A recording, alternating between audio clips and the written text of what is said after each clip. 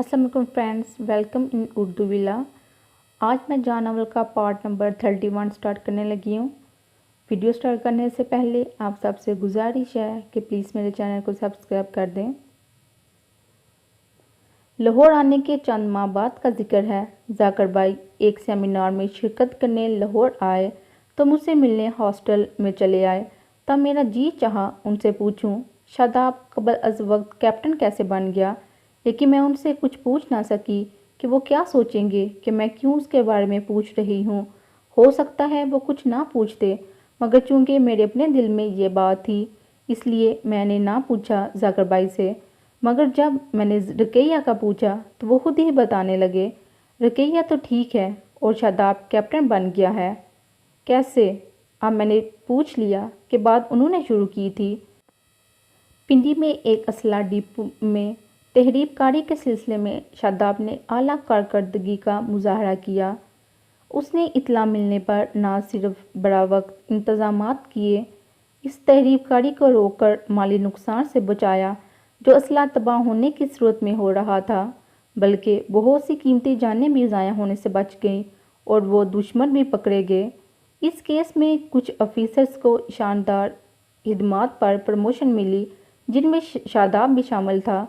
ये लड़का जिसके बारे में गाँव वालों का ख्याल था कि एक दिन हमाद को ख़त्म करके खुद भी मारा जाएगा, वो अचानक इतना बदल गया कि लोग हैरान होते हैं। वो बहुत सुलझी हुई बातें करता है। जाकर भाई तारीफ कर रहे थे।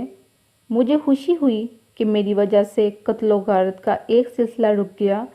रुकैया का दुख ख़त्म हो गया। जाकर भाई मुझे चारसदा आने की ताकीद करते हुए चले गए। वो अब पेशावर से चारसदा चले गए थे। मैं कितनी देर बैठी शादाब के बारे में सोचती रही, हैरान होती रही और शादाब से दूर होने के तरीके भी सोचती रही। दिल चाहा लाहौर छोड़कर चली जाऊं, वहाँ जहाँ वो ना आ सके, मगर कहाँ। अचानक मेरा तकर्रर बतौर प्रिंसिपल कोयटा कॉलेज में कर दिया गया। मैं बहुत खुश हुई और लाहौर छोड़कर कोयटा आ गई। मेरे साथ ही यहाँ लाहौर की एक लेक्चरर ट्रांसफ़र होकर आई थी और उसने मशवरा दिया था कि हॉस्टल के बेमज़ा खाने से उसको अच्छे नहीं लगते, क्यों ना एक घर किराए पर लिया जाए। और मैंने उसका मशवरा मान लिया कि इसमें कोई हर्ज नहीं था। फिर कोयटा की रहने वाली एक प्रोफेसर की मार्फत हमें ये घर मिल गया और मैं नाजिया के साथ इस घर में शिफ्ट हो गई। 2 कमरों का ये छोटा सा लेकिन खूबसूरत घर था। मुनासिब लॉन भी था। मुझे ये घर बेहद पसंद आया। कॉलेज से वापसी पर मैं लॉन में बैठी या तो पढ़ती रहती या फिर चाय पीती। मुझे जिसको चाय अच्छी नहीं लगती थी और कॉफ़ी की तलही तो बहुत नागवार गुजरती थी, जिसमें से मुझे जली हुई रोटी की बू आती थी। लेकिन अब यही काफ़ी मुझे मरगूब हो गई थी। चाय तो मैं बहुत कम पीती थी, ज़्यादा कॉफ़ी ही इस्तेमाल करती। खासकर जब दिल पर उदासी तारी होती तो मैं बगैर दूध और चीनी के कॉफ़ी बनाकर पीती और ये तलख कॉफ़ी मुझे बहुत सुकून देती थी। ताहम फिर मुझे रात भर तो क्या, अगले बात 2 दिन भी नींद नहीं आती थी और ये देख कर नाजिया मुझे कहती, अरे सीधी तरह एक ही बार जहर क्यों नहीं पी लेती। काश मैं ऐसा कर सकती अगर ये मालूम होता कि खुदकुशी हराम नहीं है। नाजिया, इस दुनिया में मेरी ज़िंदगी की क्या हैसियत है। सबको खुदा ने उठा लिया और भाई एक जिंदा था, उसे अजरा छीन कर ले गई। अजरा पर इल्ज़ाम मत दीजिए, वो सारा वक्त आपके भाई के साथ नहीं रहती। आपके भाई खुद ही आपसे मिलना नहीं चाहते, हाथ लिखना नहीं चाहते, तो इसमें अजरा का क्या दोष। औरत सारा वक्त तो मर्द की निगरानी नहीं कर सकती। नाजिया ने गुस्से से कहा, ठीक कहती हो तुम। मैं कहती तो वो बोलती, अब मुझे देखें, मेरी उम्र 35 बरस हो रही है। मेरी माँ और बाप दोनों ज़िंदा हैं, भाई बहन भी हैं, मगर किसी को मेरी शादी की फ़िक्र नहीं। उन सब के लिए मैं नोट छापने वाली मशीन हूँ, जिससे हर कोई अपनी ज़रूरत पूरी करता है और मेरी ज़रूरत का किसी को ख्याल नहीं। मैंने महज माँ बाप की मदद के ख्याल से जॉब की थी, जो मेरे लिए मुसीबत बन गई है। मैं भी चाहती हूँ मेरी शादी हो, शोहर, घर और बच्चे हों, मगर मेरे घर वाले किसी को हया नहीं। माँ बाप मुझसे छोटे बहन भाइयों की शादी में लगे हैं, मेरी परवाह किसी को नहीं। महज पैसे के लिए उन्होंने मुझे यहाँ इतनी दूर रहने की इजाज़त दे दी। तुम तो शुक्र करो तुम्हारा सिर्फ एक रिश्ता है जिसका तुम्हें दुख है। अगर बहुत सारे होते तो दुख भी बहुत सारे होते। वो आंखों की नमी साफ करते हुए कह रही थी। यहाँ कोयटा आकर जिंदगी की बहुत सारी दुख की कहानियाँ मुझे मिली थी। सारी कहानियाँ एक दूसरे की जिद थी। नाजिया शोहर और घर के लिए तरसती थी, जबकि एक प्रोफेसर ज़ैनब थी, वही जिन्होंने मकान की तलाश में हमारी मदद की थी। पढ़ी लिखी खूबसूरत 40 साल की औरत थी, मगर बीमार। शोहर बहुत बड़ा बिजनेसमैन था और कम पढ़ा लिखा था, जिसकी वजह से वो एहसासे कमतरी का शिकार रहता। बीवी की परवाह ना थी, पाँव की जूती समझता और अपने दिल की तस्कीन के लिए वक्तन फवक्तन तंज की बारिश करता रहता था, जिसकी वजह से वो हार्ट की मरीज हो चुकी थी और उसका बाईपास ऑपरेशन भी हो चुका था। मगर शोहर को फिर भी उसकी परवाह ना थी। उसकी कहानी सुनकर मैंने कहा था, आप जुआ में उनको कुछ नहीं कहती। तब वो दुख से बोली, क्या कहूँ, पढ़ने लिखने के बावजूद हूँ तो एक औरत ही। वैसे भी मर्द ज़बान दराज औरत को पसंद नहीं करते।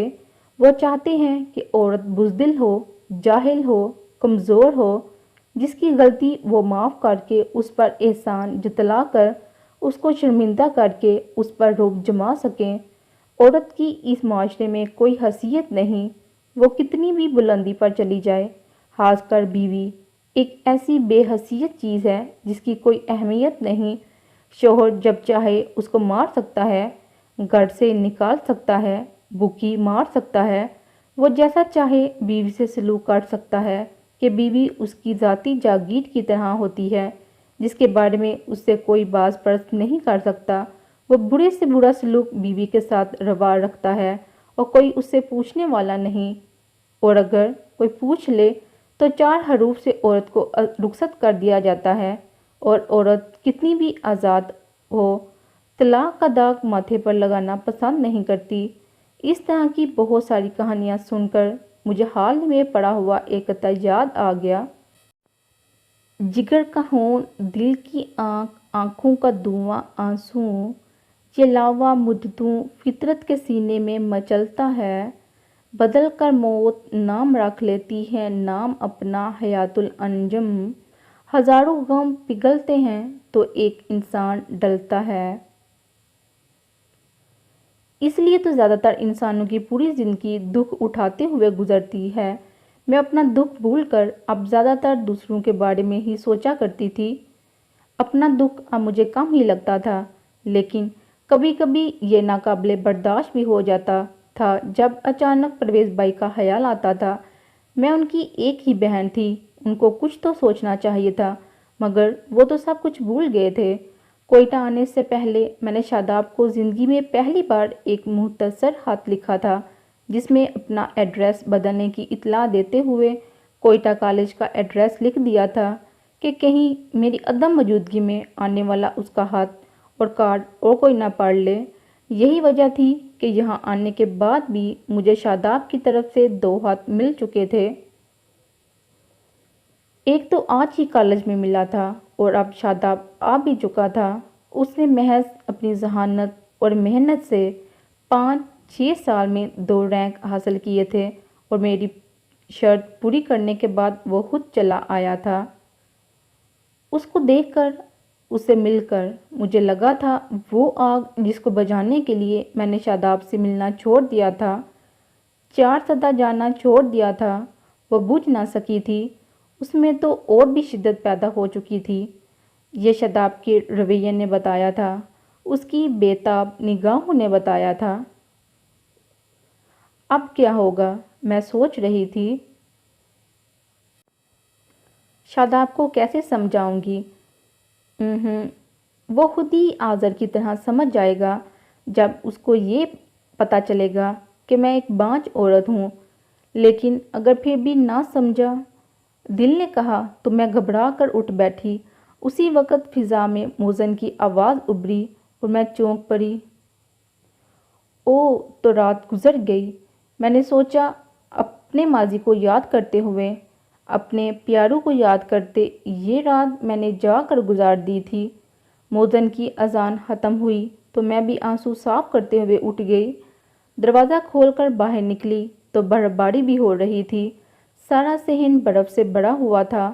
میں نے اپنے کمرے کی طرف دیکھا، اس کی لائٹ اسی طرح جل رہی تھی اور دروازہ بھی ویسے ہی کھلا تھا جیسے رات کو جاتے ہوئے میں نے دیکھا تھا۔ کیا شاداب جاگ رہا ہے؟ میں نے سوچا۔ ہاں، جاگ ہی رہا ہوگا۔ اس نے خود ہی تو کہا تھا آج نیند کیسے آئے گی، اور کیا سچ کہا تھا۔ رات میری بھی تو آنکھوں میں گزری تھی اپنے پیاروں کو یاد کرتے ہوئے۔ میں دروازے کے قریب آئی، اندر جھانکا۔ شاداب سیدھا لیٹا ہوا تھا، اس کا ایک بازو آنکھوں پر تھا اور اس وقت بھی وردی میں ہی تھا۔ شاید سوچتے سوچتے آنکھ لگ گئی تھی کیونکہ کمبل ایک طرف ویسا ہی پڑا تھا۔ میں دبے پاؤں اندر آئی، کچھ دیر پانتی کی طرف کھڑی شاداب کو دیکھتی رہی، پھر کمبل اٹھا کر بڑی آہستگی سے اس کے اوپر ڈال دیا، تاہم منہ کھلا ہی رہنے دیا تھا کہ کہیں وہ جاگ نہ جائے۔ کمبل ڈال کر باہر آئی، پھر وضو کر کے نازیہ کے کمرے میں آئی اور نماز پڑھنے کے بعد شاداب کے سوالوں کا جواب سوچتے ہوئے لیٹ گئی۔ میں نے سوچ لیا تھا کہ مجھے شاداب سے کیا کہنا ہے۔ یہ سوچنے کے بعد میں مطمئن ہو گئی تھی۔ شاید یہی وجہ تھی کہ پھر نیند مجھ پر مہربان ہو گئی اور آرام سے سو گئی۔